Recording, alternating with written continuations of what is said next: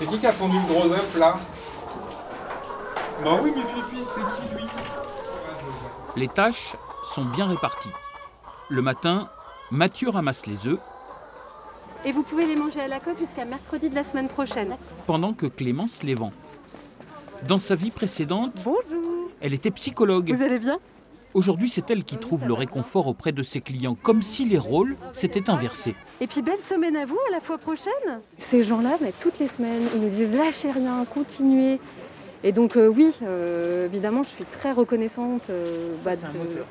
Ah, moteur, très clairement. Quand vous avez une petite baisse de régime et que vous avez les gens qui viennent de semaine en semaine, vous n'avez pas envie de les décevoir, ça c'est clair. Mathieu était prof. Elle pond vers 9h, et puis après elle reste ici jusqu'à midi, jusqu'au repas à midi. Il n'a plus d'élèves, mais dans le poulailler, il a quand même conservé quelques réflexes de pédagogue. Les poulettes ont tendance à faire toutes exactement la même chose. C'est-à-dire quand il y en a une qui vient pondre à un endroit, toutes les autres vont venir s'agglutiner pour pondre au même endroit en pensant que c'est le lieu le meilleur. Et donc pendant 3 semaines, 1 mois, moi mon but ça va être tous les matins de les répartir dans les pondoirs. C'est ça le lien avec votre ancien métier? C'est d'apprendre, d'essayer de leur apprendre. Alors c'est sûr que j'apprenais pas aux élèves où pondre.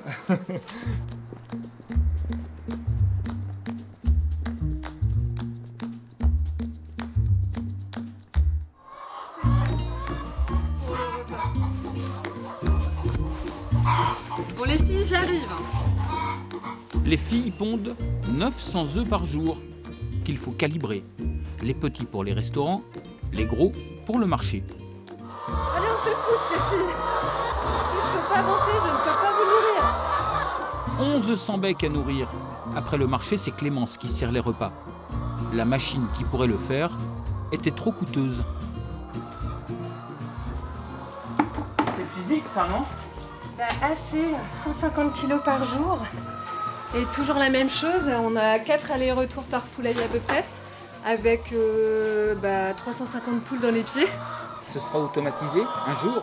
Oui, un jour. Alors on a bon espoir, là on a travaillé dur pendant presque 3 ans et on a bon espoir que ce soit pour cette année là, ça y est. J'espère. Et chaque jour, de nouvelles commandes à préparer. Des œufs, des boîtes. Un travail à 2.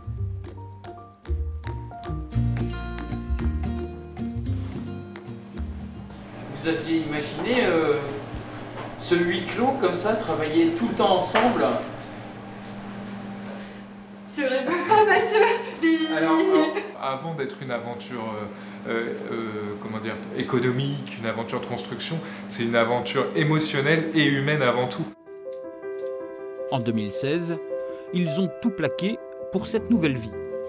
Levé 5 heures, travail jusqu'à 21 heures, 7 jours sur 7. Tout a été bâti de leurs mains.